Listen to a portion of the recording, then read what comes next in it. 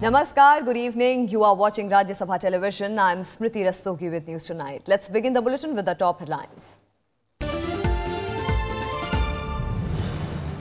Polling concludes for first phase elections to 91 seats across 18 states and 2 union territories. 2 people reported killed in poll-related violence in Andhra Pradesh. Sporadic incidents of violence in UP. Naxal attack foiled in Maharashtra and Chhattisgarh.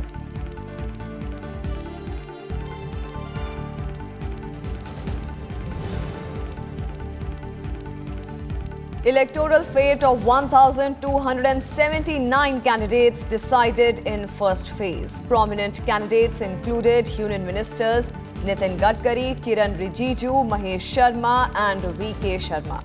Other key contestants were former Chief Minister Harish Rawat, Ramesh Pokhriyal Nishank, Jitan Ram Manjhi and Mukul Sangma also on test.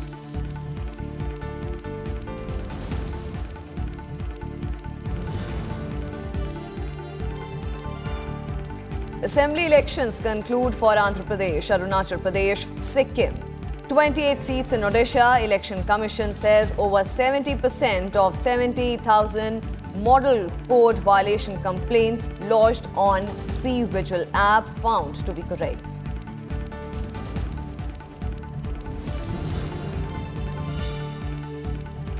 Jet Airways cancels all international flights till tomorrow. Flights to Amsterdam, Paris and London cancelled for 2 days. Government says company operating 14 aircraft at present, 20 aircrafts needed to operate international flights.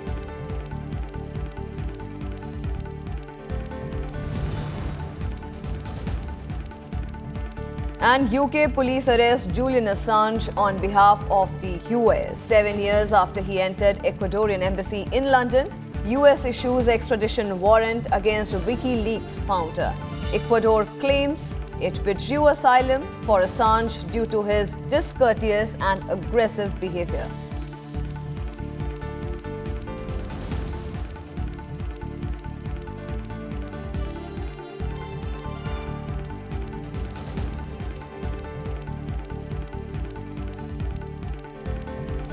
And first, all the election news.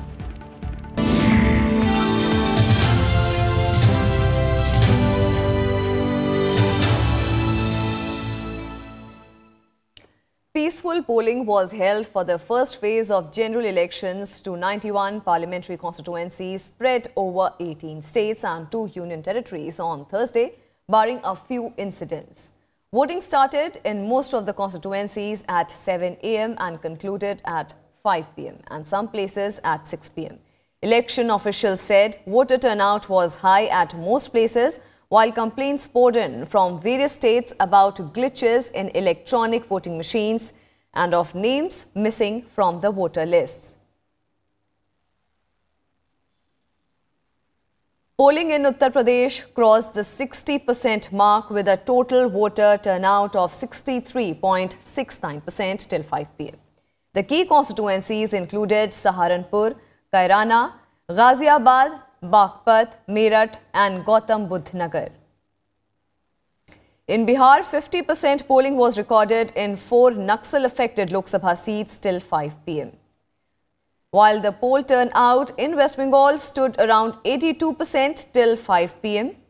In Maharashtra, elections were not held in 4 polling stations in Gadchiroli constituency due to presence of left-wing extremism. Voter turnout of 56% recorded in 7 constituencies in the state. In Odisha, the average poll percentage was 68% till 5 p.m. No untoward incident was reported from any part of the state. While the poll turnout in Chhattisgarh on 1 seat stood around 56% till 5 p.m. Chhattisgarh police said a Maoist was killed in an encounter with the security forces in Narayanpur district falling under Bastar Lok Sabha constituency in Chhattisgarh. Meanwhile, Uttarakhand recorded 57.85% of polling. Election Commission said that voter turnout percentage in the state fell in comparison to 2014. Votes for all 543 seats would be counted on 23rd of May after the end of the 7-phase polling on May 19th.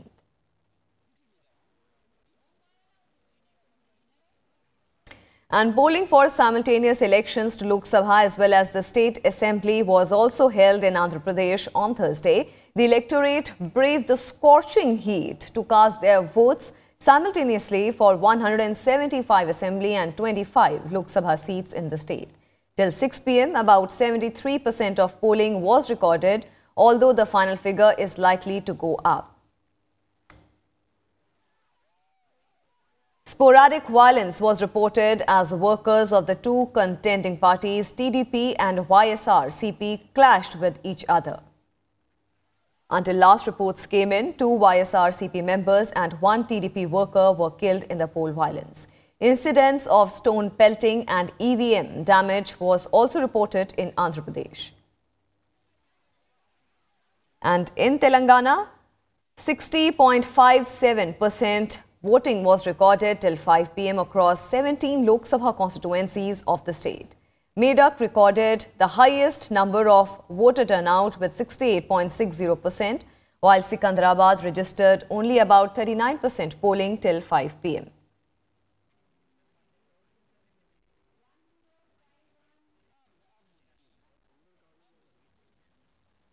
Jammu and Kashmir on Thursday recorded 72.16% polling in Jammu and 35.01% in Baramulla constituencies till 6 p.m, which voted in the first phase of the general elections, even as there were protests reported over defective EVMs in some areas. Meanwhile, a voter turnout of 70.67% was recorded for one seat of Andaman and Nicobar Islands till 5 p.m.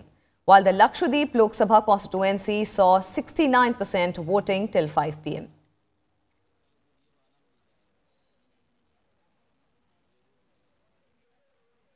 First phase of voting for Lok Sabha and Assembly elections in all 8 states of the Northeast also concluded on Thursday. An estimated 69% voting was recorded till 5 p.m. in Sikkim to elect members for 32-member state assembly and 1 seat for the Lok Sabha. In Arunachal Pradesh, an estimated 66% voters exercised their franchise till 3 p.m. for 60 assembly seats and 2 Lok Sabha seats. 3 persons were seriously injured in Tali Assembly constituency in a clash between the supporters of 2 rival political parties during the polling. Mizoram recorded a voter percentage of 60 till 5 p.m. for the lone Lok Sabha seat where 6 candidates are in the fray. In Assam, 68% of voter turnout was recorded for election in 5 Lok Sabha seats. 78% voters came out to elect candidate for the single Lok Sabha seat in Nagaland. 78.2% voter turnout was recorded for the lone Lok Sabha seat in Manipur. In Tripura, 81.8% voter turnout was recorded for the single seat in Tripura. And nearly 67.16% voting was recorded for the 2 Lok Sabha seats in Meghalaya.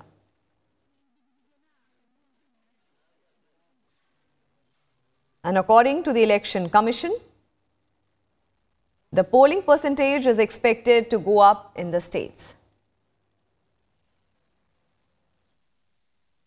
Elections were completed for 32 assembly seats and 1 Lok Sabha constituency in Sikkim, facing the electoral test in the state where Chief Minister and Sikkim Democratic Front leader Pawan Kumar Chamling, who is looking for a 6th term, footballer Baichung Bhutia, the BJP and the Congress. Heavy rush of voters since early morning in Sikkim. They included first-time electors, men, women, specially abled and the elderly. 6:45 बजे आ गया, line में कतार रहा हूँ, अपना vote डाल दिया, बस। क्या सोच के वोट डाले? सोच तो हमारा अच्छा सरकार चाहिए, स्थायी सरकार चाहिए, अच्छा वाला, विकास करने वाला सरकार चाहिए। Among the 457 polling booths were 39 pink booths, all run by women. Yeah, it's very convenient to work with my polling agents, and the convenient what I would like to say is the stay over. yesterday we were supposed to stay in the polling booth. So that way all the women staying together was more convenient. It is quite exciting. Yeah, it is great actually. 30,000 first-time voters in the state cast their ballots in Sikkim in these elections. क्या सोच के vote डाला? सोचना तो क्या यही अब हमारे लिए अच्छा हो, भावी पीढ़ी के लिए अच्छे हो, अब ये जो अभी का यंग जनरेशन के लिए अच्छा हो, सभी के लिए अच्छा हो. Of the 32 assembly seats in the state, 1 seat is reserved for Buddhist lamas and 12 for Lepcha Bhutia communities. हमने बटन दबाया इसलिए दबाया कि जिस व्यक्ति का हमने बटन दबाया त्यो व्यक्ति ने हमको कुछ करे, देश के लिए कुछ करे, इसलिए हमने दबाया. Sikkim is third most literate state in India. Anti-incumbency and non-utilization of central funds has been a major issue in these elections. Akhilesh Suman's report for Rajya Sabha TV. And for more on this, we'll go across to our correspondent Akhilesh Suman. Akhilesh, what was the mood today in Sikkim? How did the day pan out there? Tell us the latest details on the voting percentage there in Sikkim. Yeah, up to 8 p.m., the voting percentage was 74%.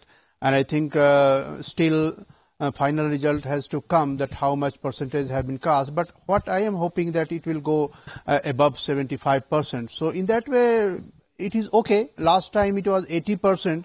So this time it is 75, 76% is okay. But given the fact that Sikkim is this time is fighting a very fierce battle between two regional parties, STF and Sikkim Krantikari Morcha, that is SKM, people have been voting in a very enthusiastic way. Many of the people will say that we want to change. Some people say that it is okay, we will sustain this regime. So in a way, it was very peaceful election. I went to many booths, even the rural areas, urban areas I went, and there was a very peaceful election. People were standing in queue. People of different parties, political parties were standing together. They were also having tea together. But there was no skirmish, there was no any incidents of violence. At one place, one EVM machine was broken and it was malfunctioning, but it came out well after some time. So in that way, Sikkim election is very good, and you know that Sikkim is very important state for India, being surrounded by 4 countries, China, Nepal, Bhutan and Bangladesh. And also you have heard that Doklam is also near Sikkim. So in that way, very sensitive, very special status state 371 is applied here. They have certain privileges and they want to contain those privileges. And they also want that there should be peace and amity in the state. Regionalism should not be there in a way that it hampers the overall development of the state. So in that way, it is fight between some regionalism. People claim and people accuse SDF to play regional card, while Sikkim Krantikari Morcha is trying to accommodate all sorts of people. So I could see everywhere there was amity among the people as far as polling is concerned.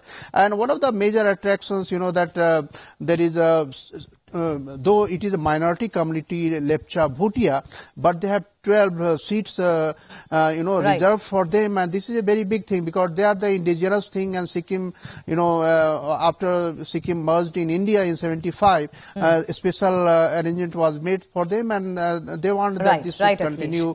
They also want that their special privileges should continue. So in that way, it is a turning point.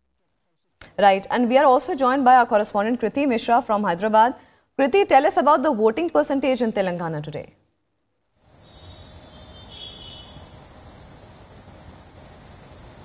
Well, Telangana recorded a voting percentage of 60%. That is the official figure that we have right now from the Election Commission. Of course, the final figures have to trickle in. The highest voter turnout was recorded in Medak, that stood around 68%, and the lowest was in Secunderabad, that was around 39.4%. In Nizamabad, that was the signature of all eyes because it was for the first time in India's electoral history that 12 EVMs were used in a particular constituency because there were around 185 candidates there. Also, the voting percentage was around 54%.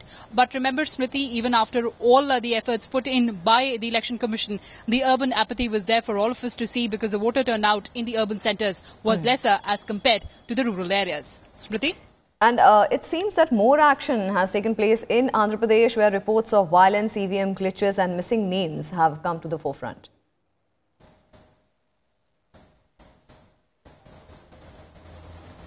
Well, Smriti, the Andhra Pradesh election assumed paramount significance because of several reasons. One, because it was for the first time that Lok Sabha elections were held in the truncated state of Andhra Pradesh. Secondly, because all the parties were fighting a solitary battle, and also there was a fierce battle between the regional satraps. But as the day progressed, there were violent protests and there were violent clashes between the two sides, between the TDP and the YSRCP. So much so that in Anantapur district, a TDP worker was in fact hacked to death. In Anantapur, again, a candidate of Jan Sena, he in fact smashed the EVM.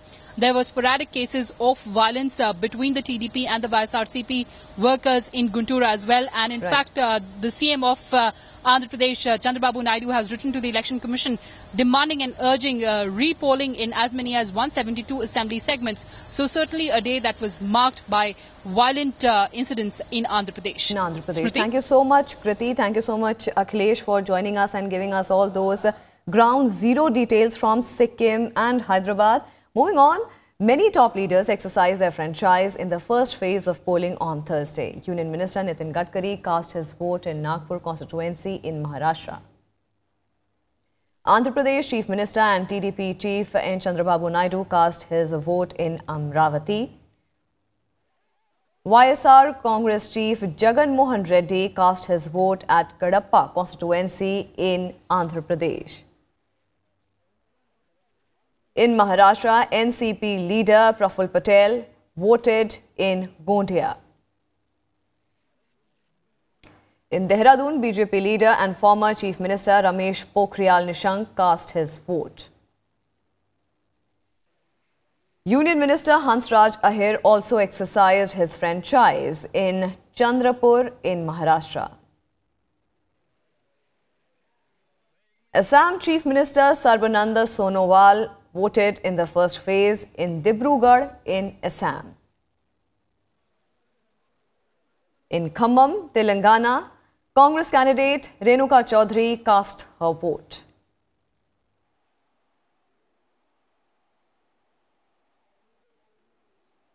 And Prime Minister Narendra Modi on Thursday said that a slew of development measures have been done in the Assam in the last 5 years. Addressing an election rally in Mangoldoi constituency, Prime Minister Modi said that people of the state have to decide what sort of developments they need. Prime Minister added that Congress has compromised the security of the nation by demanding proof of attack on terrorist camps in Pakistan. He also addressed a public meeting in Assam's Silchar. ये चुनाव तय करेगा कि भारत में एक प्रधान, एक विधान, एक संविधान की व्यवस्था और मजबूत होगी या टुकड़े टुकड़े गैंग सब पर हावी हो जाएगी। ये चुनाव तय करेंगे कि 130 करोड़ भारतीयों का विकास होगा या सिर्फ एक परिवार का होगा। Earlier in the day, Prime Minister Narendra Modi held an election rally in Bhagalpur district of Bihar. Prime Minister said that the opposition wants to strip the armed forces of their special powers, while the NDA government strives to give full liberty to Jawans to deal with terrorists and Naxals. He asserted that the opposition parties were scared that if he comes to power again, their shops of corruption and dynasty politics will shut down. NDA सरकार की नीति स्पष्ट है। आतंकवाद से और नक्सलवाद से निपटने के लिए हमारे जवानों को खुली छूट रहेगी। मोदी जब फिर आएगा तो इनकी भ्रष्टाचार की दुकानें पूरी तरह बंद हो जाएगी। इनके वंशवादी राजनीति के दिन लग जाएंगे। And BJP President Amit Shah on Thursday said that if voted to power, the NDA government will ensure implementation of NRC in the entire country. Addressing a rally at Darjeeling in West Bengal, Shah added that all Gorkha sub-tribes will be given tribal status in the country as promised in the party manifesto. Shah also addressed another rally at Raigunj in West Bengal. Addressing the gathering, he also accused TMC Supremo Mamata Banerjee of questioning the airstrikes. देश का विकास सिर्फ मोदी जी ही कर सकते हैं और दूसरा कारण है ममता के संतरास से मोदी जी ही बचा सकते हैं और कोई बचा नहीं सकता। पूरे देश को मोदी जी के चुनने के लिए एक कारण है देश को सुरक्षित करना, देश का विकास करना। बंगाल के पास दो कारण है, देश का तो विकास करना ही है, सुरक्षित तो करना है, बंगाल को ये जंगल राज से मुक्त कराने का भी नरेंद्र मोदी एकमात्र रास्ता। Meanwhile, West Bengal Chief Minister Mamata Banerjee on Thursday addressed a public meeting at Chowk Bazaar area of Darjeeling. Taking a jibe at the BJP, TMC Supremo said that the Saffron Party was trying to take advantage of the political turmoil in the Darjeeling. She also accused the Saffron Party's outgoing MP SS Ahluwalia of not taking any measure to bring about development in the region.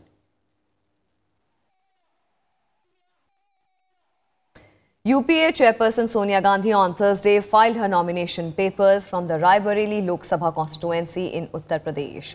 She was accompanied by her son and the Congress President Rahul Gandhi, daughter Priyanka Gandhi Vadra. And before filing her nomination papers at the collectorate in Raebareli, the UPA chairperson also held a roadshow in the city. Earlier in the day, Sonia Gandhi also offered puja at the Congress Central Office in Raebareli. She was accompanied by her family. Several party leaders also attended the puja. Sonia Gandhi is seeking a re-election from the seat for the 5th time in a row.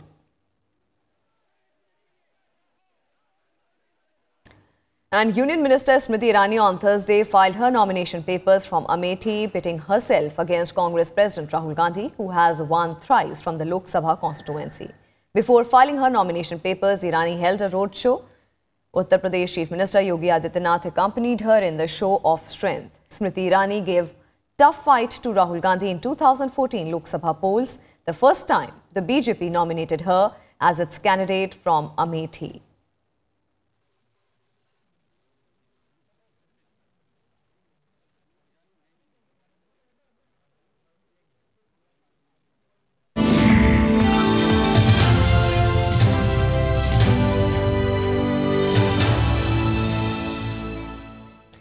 And some more developments of the day. Cash-strapped Jet Airways has cancelled all international flights for Thursday and Friday, citing operating reasons. Jet Airways flights to Amsterdam, Paris, London has been cancelled for 2 days. The move comes in the midst of the airline grounding more than 3/4 of its 119 aircraft fleet. Amid the domestic operations, Jet has also cancelled 3 flights scheduled for Friday. Flights from Kolkata, Guwahati, Patna have been suspended till further notice.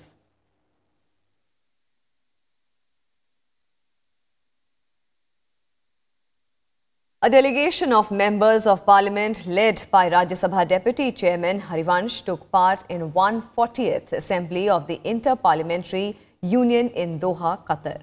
This year, issues like peace and international security, sustainable development, finance and trade were part of the major issues of IPU's agenda. Discussions were also held on democracy and human rights. Our correspondent Arvind Kumar Singh caught up with the Rajya Sabha Deputy Chairman Harivansh. क्या मुख्य मुद्दे रहे sir जिन पे चर्चा हुई और क्या ऐसे विचार रखे गए? आईपीयू संस्था, हम दुनिया के सबसे बड़े लोकतांत्रिक देश हैं, उसी रूप में आईपीयू भी दुनिया का सबसे बड़ा लोकतांत्रिक एक मंच है। 178 देशों का फोरम और वर्ष में लगभग 2 बार इसकी बैठकें होती हैं और दुनिया के जो महत्वपूर्ण मुद्दे हैं उन पे चर्चा होती है, कैसे उन मुद्दों का बेहतर, सटीक, शांतिपूर्ण हल और समाधान निकाला जाए, इसकी कोशिश होती है। इस दृष्टि से यह बहुत महत्वपूर्ण बैठक है और बहुत बेहतर ढंग से इसका आयोजन संपन्न हुआ। हमारा प्रतिनिधिमंडल 5 अप्रैल को यहाँ गया और आज हम लोग 11 तारीख को वहाँ से लौटे हैं। 6 तारीख से 10 तारीख देर शाम रात तक लगभग बैठकें होती रहीं। इस बैठक में दुनिया के जो महत्वपूर्ण और सामयिक मुद्दे हैं जो उठे, उन पर मैं उल्लेख करना चाहूँगा। जैसे आतंकवाद से लेकर संसद कैसे शिक्षा के माध्यम से शांति, सहअस्तित्व और विकास का रास्ता तलाश सकती है, इसके समेत अनेक स्वास्थ्य से लेकर, हेल्थ से लेकर दुनिया के सामने क्या बड़े मौजूदा सवाल हैं, गंभीर सवाल हैं दुनिया के लिए, उन पे बहस होती है। और इसमें अलग अलग दुनिया के जो महाद्वीप हैं उनका भी अलग अलग ग्रुप बटा हुआ है। जैसे एशिया पैसिफिक ग्रुप है, उसमें हम लोगों ने जाते ही 5 तारीख को उसकी बैठक में शिरकत की। उसके बाद दुनिया के स्पीकर्स का एक प्रतिनिधि, मैंने उनके रिप्रेजेंटेटिव का कॉन्फ्रेंस जो होता है वो बड़ा उपयोगी, और उससे पता चलता है कि लोकतंत्र को दुनिया के देश, अलग अलग परिवेश, अलग अलग संस्कृतियों के कैसे देखते हैं, उनकी क्या मुख्य समस्याएं और चुनौतियां हैं। साथ ही जो सस्टेनेबल डेवलपमेंट गोल है यूएन का, आप जानते हैं कि 2030 तक उन सारे लक्ष्य को हमें प्राप्त करना है, तो उनको कैसे हम प्राप्त करें, क्योंकि उनके लिए अब समय बहुत कम बच गया, 12 वर्ष हमारे पास समय है। तो उनमें दुनिया में गरीबी उन्मूलन से लेकर के जहाँ साक्षरता का सवाल है, स्वास्थ्य का सवाल है, इन सब चीज़ों पर कैसे हम मिल करके बेहतर तरीके से काम कर सकें, तो इन सारे मुद्दों पर चर्चा हुई। International developments now. WikiLeaks co-founder Julian Assange was arrested on Thursday from London. Assange was arrested by a British court after finding him guilty of breaching his bail conditions in 2012. This after the Ecuador embassy in London withdrew the asylum granted to Assange, who was staying in the country's embassy in London for 7 years. Assange, who faces a sentence of up to 12 months, was remanded into custody. He will face another court hearing on May 2nd on a request made by the US for his extradition for alleged computer hacking. Assange sought refuge at the Ecuador embassy in June 2012 after he lost an appeal against extradition to Sweden for questioning on the allegations of rape and sexual assault. He claimed asylum on the grounds that he feared ultimate extradition to the US, where he faces a possible death sentence for WikiLeaks' alleged leak of the American secrets.